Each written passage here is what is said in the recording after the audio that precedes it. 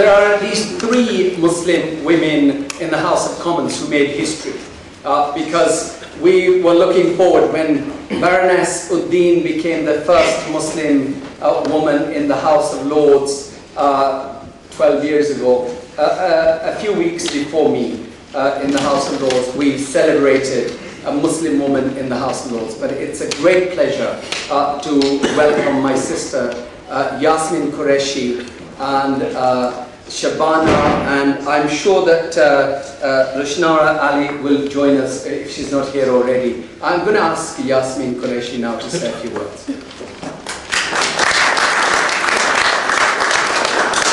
Bismillahirrahmanirrahim. Firstly, thank you to Rt.Hon.Baroness and others for organising this event.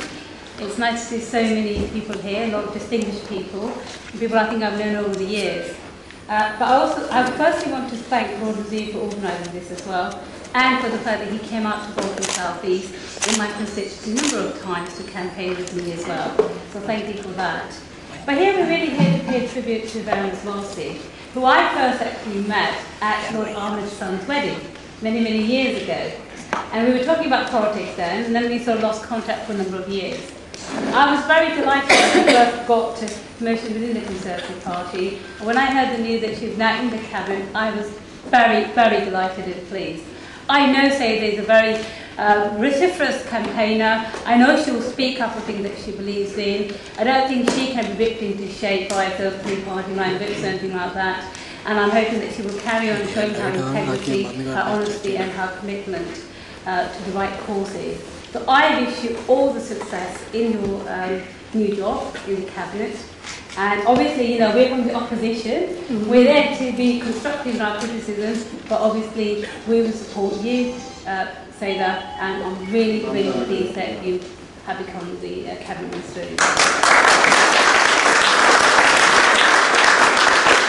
It's my great pleasure now to ask Shabana Mahmood, who has not only won her seat, which Claire Short held, but increased the majority, with a big round of applause.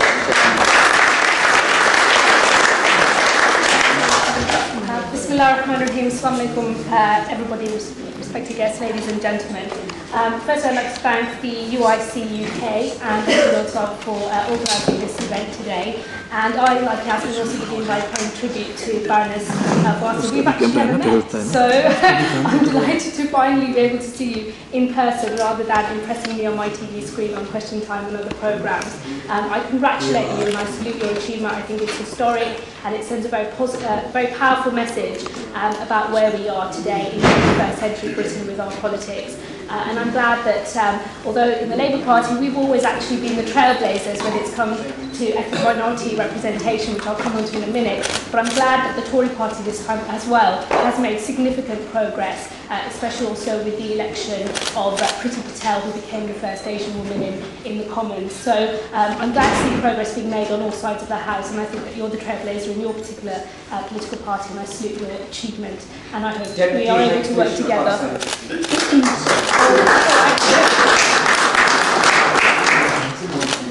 I hope that although we are politically on the opposite sides of the fence, I hope that we're able to work together in the future on the issues that involve all of us, particularly community cohesion.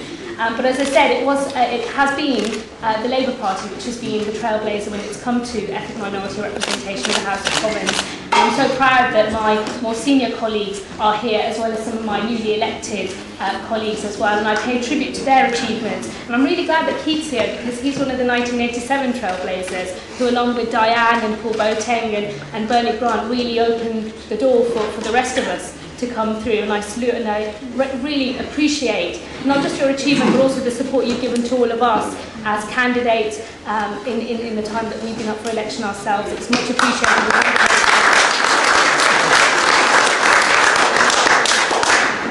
And also Baroness Uddin, my Birmingham colleague, Khalid Mahmood. Everybody thinks we're related, but we're not. and also Sadiq Khan, you know, they've always been at the end of the phone in terms of the support they've given to me and to my fellow newly elected parliamentarians, and again, that's very much appreciated, and we feel like we're a part of a family within a family, and I think that that's a positive thing. But Muslim women in the Commons, we're like buses, you have none for ages and then 3 come along at once. I can't tell you how proud I was that when I was selected as a Labour candidate, I wasn't the only one. I had Rushnara and Yasmin, and then also after me there was Mariam Khan, who narrowed in stout in Bury North.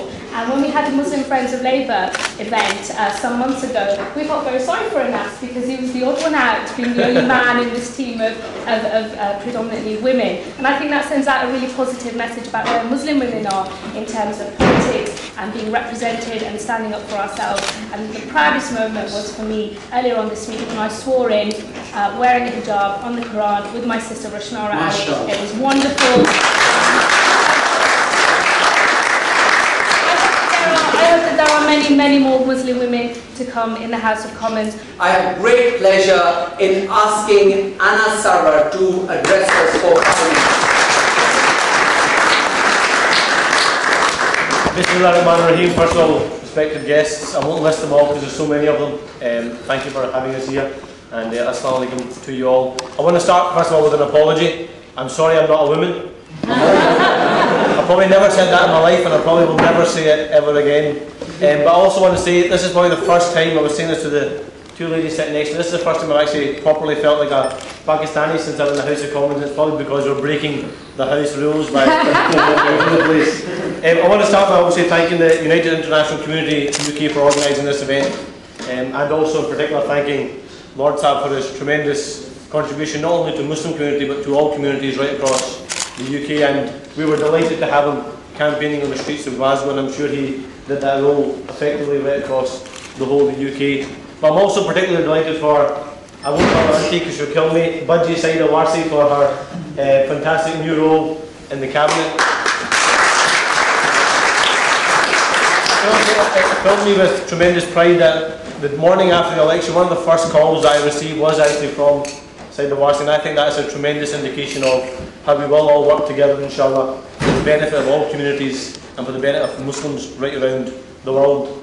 I also want to say I was very proud. The proudest moment I've had was when I was sworn in, and seeing in front of me I had Shabana Mahmood and Rushnara Ali, and seeing two sisters swearing in front of me was, honestly, I can say easily the proudest moment I have had here so far, and probably, well, anything will come to rival that, I doubt. But one promise I want to make to you all is representation is important for Muslims, and representation for Muslims of all parties is important, but what we do with that representation is the key challenge for us. And one promise I make, along with all the rest, is we will work together to make sure we're campaigning for the issues that we're united on, which is freedom and peace for the people of Palestine, fighting for peace and justice for the people of Kashmir, and justice for Muslims right around the world. Because as it is important that we fight for opportunity and aspiration in this country and fight against poverty in this country, in this world we live in, it's important that we have every child right around the world fighting for that same opportunity in life, no matter their race, their religion, their background, their social status, what country they're born in, what their religion is, and that is the promise I make to you all today. So thank you all so much for coming. This is an indication of how popular Lord Saab is with this room, and I look forward to working with you all in the future. Thank you.